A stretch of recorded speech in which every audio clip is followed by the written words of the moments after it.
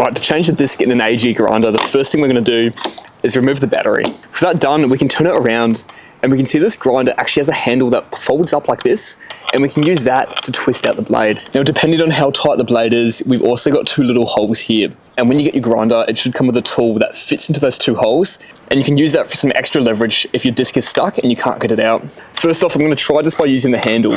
Obviously, if we start spinning it now, the entire grinding disc is going to spin with it. If we turn the grinder around, we can see this button at the back here. We're going to press that, hold that down, and while holding it, we'll keep twisting this. And you can hear that. That's clicked into place, which means that that disc is now locked. I've got to keep holding down that button though. I can't let go of that. And now we can try loosen the disc. Right, this one luckily wasn't too tight, so I'm able to just spin that with my hand, and we'll take this all the way out. Now with that out, you can just grab your grinding disc and pull it out.